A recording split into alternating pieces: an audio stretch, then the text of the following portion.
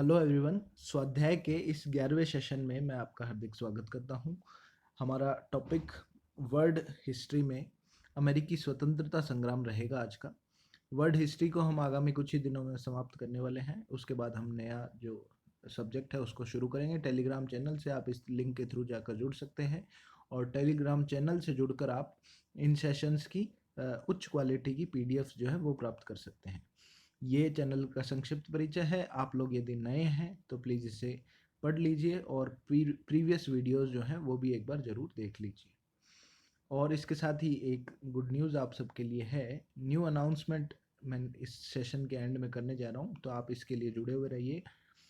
और ये हमारे आज के प्रश्न हैं।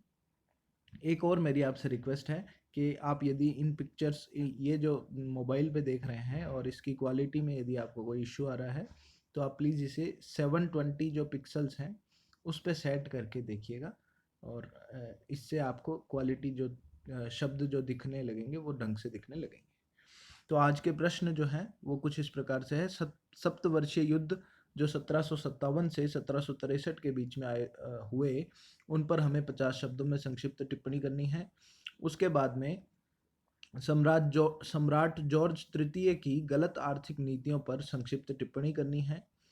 तीसरा प्रश्न, बोस्टन टी पार्टी पर हमें 15 शब्दों में संक्षिप्त टिप्पणी करनी है। क्योंकि आज हमारा पूरा ये सेशन वर्ल्ड हिस्ट्री पे ही रहेगा तो इसका सोर्स केवल कक्षा 11 की आरबीएससी की हिस्ट्री की बुक है।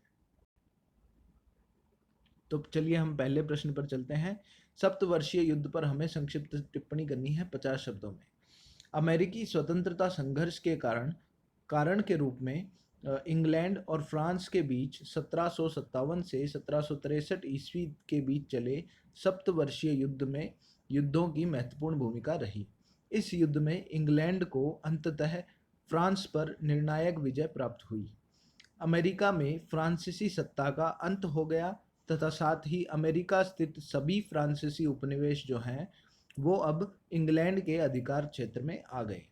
इन युद्धों ने औपनिवेशिक सैनिकों को उनकी शक्ति व ब्रिटिश कमजोरियों का ज्ञान करवा दिया। नए विजित क्षेत्रों में फ्रेंच कैथोलिक व रेड इंडियंस की संख्या जो थी वो अधिक थी, जिन्होंने उपनिवेश के प्रसार में रोक लगाने में काफ़ी महत्वपूर्ण योगदान दिया।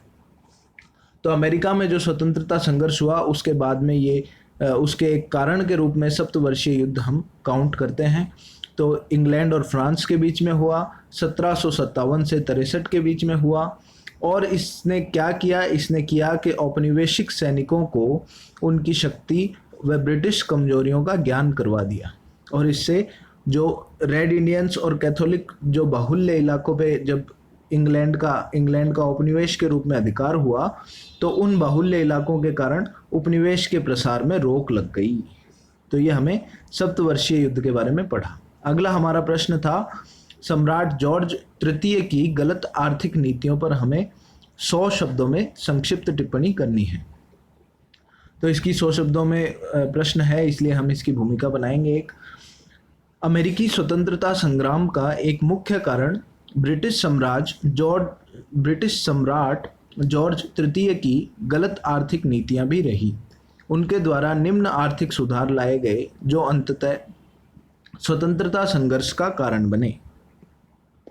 तो पहला जो आर्थिक सुधार इनके द्वारा लाया गया वो था शुगर एक्ट, 1764 का ये शुगर एक्ट, जिसमें अमेरिका में जो विदेशी शराब थी उसके आयात को बंद कर दिया गया तथा स्थानीय रूप से शराब बनाने में प्रयुक्त होने वाले शीरे को अन्य देशों से आयात करने पर कर लगा दिया गया।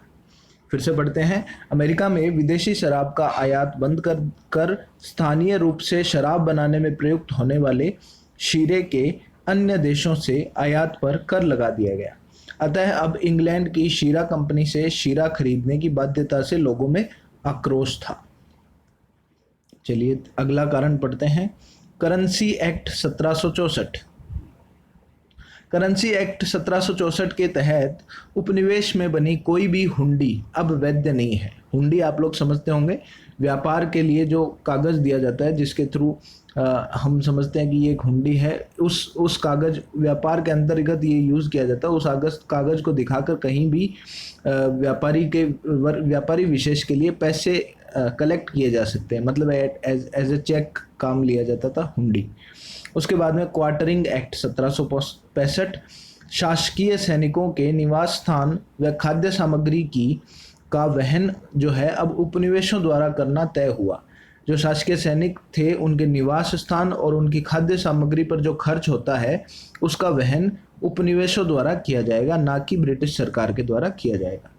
उसके साथ ही स्टाम्प एक्ट लाया गया 1765। इसका सर्वाधिक विद्रोह हुआ। ये एक तरह से भारत में जिस तरह नमक विद्रोह हुआ था वैसा इसने काम किया था। इसकी जो लागत थी वो बहुत ज़्यादा नहीं थी, बहुत छोटा टैक्स था, लेकिन फिर भी इसका विरोध हुआ क्योंकि ये पत्र पत्रिकाओं, पुस्तकों, लाइसेंस आदि पर कर था। और इसके विरुद्ध जो आंदोलन हुआ उसमें एक नारा बुलंद हुआ जिस नारे को बिना प्रतिनिधित्व कर नहीं, मतलब बिना रिप्रेजेंटेशन कोई टैक्स नहीं देंगे, ऐसा नारा इस स्टाम्प एक्ट के विरोध में बुलंद हुआ। फिर पांचवा जो सम्राट जॉर्ज III के द्वारा जो रिफॉर्म्स लाए गए उनमें पांचवा था चाय कर 1767। इसकी अतिरिक्त आय का उपयोग, जो चाय कर के द्वारा जो अतिरिक्त आय आएगी उस आय का उपयोग गवर्नर व उसकी कार्यकारिणी पर खर्च होता था। यानी चाय टैक्स से गवर्नर की जो डेली लाइफ है उसके जो खर्च हैं और कार्यकारिणी के जो डेली रूटीन के काम हैं उनका खर्च चाय कर से वहन किया जाएगा। तो ये सारे रिफॉर्म्स थे जिनका विरोध स्वरूप अमेरिका में स्वतंत्रता संग्राम जो है वो आयोजित हुआ। हमारा आज का तीसरा और आखिरी प्रश्न है, बोस्टन टी पार्टी पर हमें संक्षिप्त टिप्पणी करनी है। 15 शब्दों में ये टिप्पणी करनी है। यहाँ पे आप देखेंगे तो 15 से थोड़े ज़्यादा ही शब्द मिलेंगे, लेकिन इसको हम एग्ज़ाम में रिटेन 15 शब्दों तक ही कर पाएंगे, इसलिए यहाँ पे ज़्यादा लिखा है। पहले प्रश्न में भी आप देखेंगे तो आपको 50 से कुछ शब्द ज़्यादा मिलेंगे, लेकिन कुछ ही वर्ड्स हम रिटेन कर पाएंगे।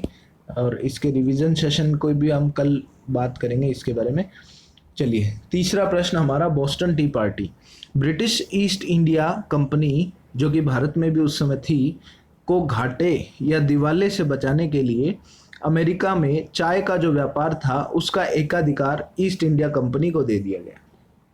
स्थानीय जो बोस्टन निवासी थे उन्होंने 26 दिसंबर 1773 को विरोध स्वरूप बोस्टन जो कि एक पोर्ट सिटी थी, वहाँ चाय की पेटियां जहाज़ों से समुद्र में फेंक दी। इस घटना को बोस्टन टी पार्टी के नाम से जाना जाता है। फिर से समझते हैं, ईस्ट इंडिया कंपनी जो भारत में ब्रिटेन की तरफ से राज कर रही थी, वही कंपनी अमेरिका व अन्य जो उपनिवेश थे वहाँ भी शासन कर रही थी। ईस्ट इंडिया कंपनी की जो वित्तीय स्थिति थी वो काफ़ी कमज़ोर थी और कंपनी को घाटे या दिवाले से बचाने के लिए कंपनी ने रिक्वेस्ट की कि हमें जो अमेरिका में चाय का व्यापार है उसका एकाधिकार दे दिया जाए।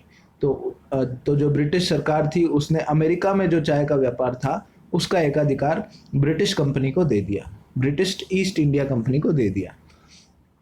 अब जब वो व्यापार के लिए अपना जहाज़ लेकर बोस्टन जो पोर्ट सिटी है वहाँ पहुँचे, तो जो बोस्टन के लोकल लोग हैं उन्होंने चाय का एकाधिकार ब्रिटेन की ईस्ट इंडिया कंपनी को दे दिए जाने के विरोध स्वरूप वो जो चाय की जहाज़ थे उसमें एक दल ने उन चाय के जो बॉक्सेस हैं उनको समुद्र में पलट दिया।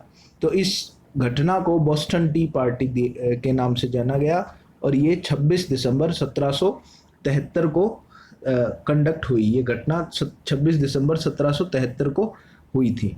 तो इसके बाद काफ़ी विद्रोह हुआ, मतलब एक तरह से देखा जाए तो सम्राट जॉर्ज III ने इसके विरोध बोस्टन में काफ़ी कड़े प्रतिबंध लगाए और इसका पूरा हर्जाना बोस्टन से वसूला गया। तो ये था हमारा आज का तीसरा और आखिरी प्रश्न। और अब जैसा कि मैंने आपसे शुरू में बात की थी कि आज एक न्यू अनाउंसमेंट रहेगी, तो ये न्यू अनाउंसमेंट ज़्यादा आपके लिए नहीं, ज़्यादा मेरे लिए है कि मैं वीडियो में अनियमितता हूँ, जो कि कभी सुबह 7 बजे कभी 8 बजे तो लेट हो जाती है इसको अपलोड करने में। तो मैं डेली वीडियो जो है मंडे से आपको 7 AM पे सुबह मिलेगा। उसके साथ ही डेली जो पेपर 4 जो है हमारा हिंदी और इंग्लिश का, उसका कंटेंट भी डेली के लास्ट के 1 से 2 मिनट के सेशन में, जो जैसे हिंदी में मुहावरे, पर्यायवाची इत्यादि हैं, तो उसको हम कवर करेंगे। साथ ही इंग्लिश का कंटेंट भी डेली के डेली हम थोड़ा थोड़ा करके कवर करेंगे। तो यही, कोई ज़्यादा बड़ी अनाउंसमेंट तो नहीं थी, लेकिन ये अनाउंसमेंट थी मेरी ओर से। तो ये सुधार करने का मैंने प्रयास किया। आप लोग भी यदि इसमें कुछ और सुधार या एड ऑन चाहते हैं तो उसे प्लीज़ कमेंट करके बताइए। Thank you for watching this session.